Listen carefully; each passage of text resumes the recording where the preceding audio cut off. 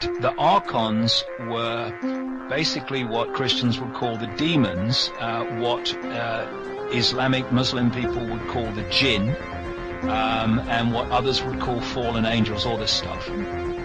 And it talks about how this physical world is the realm of the archons and the demiurge.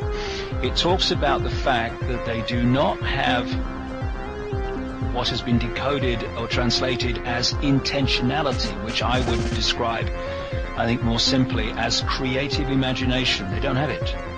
And they therefore have to parasite off those who have and tap into their creative imagination and get them to create for them. Are we describing what we've been talking about in the show today? Yeah. And how that they cannot, if they had a blank sheet of paper, they could not create anything upon it. But give them a sheet of paper full of something and they could twist it, manipulate it and edit it and censor it, but they could not actually start it from scratch because they don't have that creative imagination. And it talks about how the fact that they parasite off humanity by accessing the human mind. And it's on and on it goes. I'll go into this more at Wembley, but what I was reading was what I've uncovered in my own way and in my own language all the way through these years. I mean, it just dovetailed so perfectly. And I do feel that they are describing something that's absolutely based on fact. And when you look at it, Jack, look at our society. At every level, it is levels and different groups parasiting off other people and other groups, all the way down. Look, I mean, what greater expression of the parasital mind could you have than the human banking system? It mirrors the parasital nature of these archon entities. Everything. I mean, what is it doing? And in fact, what banking is doing, because everything is energy, it is trawling and vampiring our energy. What is money? It's energy. You put it in your pocket, you put it in your bank account, that energy becomes attached to you while it's in your ownership and therefore in your energy field. It picks up your energy. It then moves on to someone else. It picks up their energy. And when it eventually comes back to source, those who put the money out there, all these networks around the Rothschilds, then they are trawling not only energy back plus interest. What is the interest, Jack? You know, in the holographic world, it's more money on top of principal. But the interest at the energetic level is human energy on top of the energy of money that was put out there in the first place. They know that what I've just said about money is true.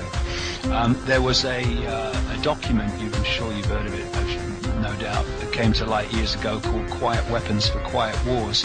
And it described in some detail how mass social engineering and mass mind control goes on. And one of the things it talked about at some length was how money is used in to this end. And this is what it said about money in the context of what we've just talked about. Economics is only a social extension of a natural energy system. Since energy is the key to all activity on the face of the earth, it follows that in order to attain a monopoly of energy, raw materials, goods and services, everything you've just mentioned, and to establish a world system of slave labor, it is necessary to have a first strike capability in the field of economics. In order to maintain our position, it is necessary that we have absolute first knowledge of the science of control over all economic factors and the first experience of engineering the world economy. In order to achieve such sovereignty, we must at least achieve this one end, that the public will not make either the logical or mathematical connection between economics and the other energy sciences, or learn to imply such knowledge. To make a short story of it all, it was discovered that an economy obeyed the same laws as electricity, and that all of the mathematical theory and practical and computer knowledge developed for the electronic field could be directly applied to the study of economics. This discovery was not openly declared, you surprise me, and its more subtle implications were and are kept a closely guarded secret. For example, that in an economic model, wait for this, my goodness me. For example, that in an economic model, human life is measured in dollars, and that the electric spark generated when opening a switch connected to an active inductor is mathematically analogous to the initiation of war. It's all happening, Jack, in the electromagnetic field.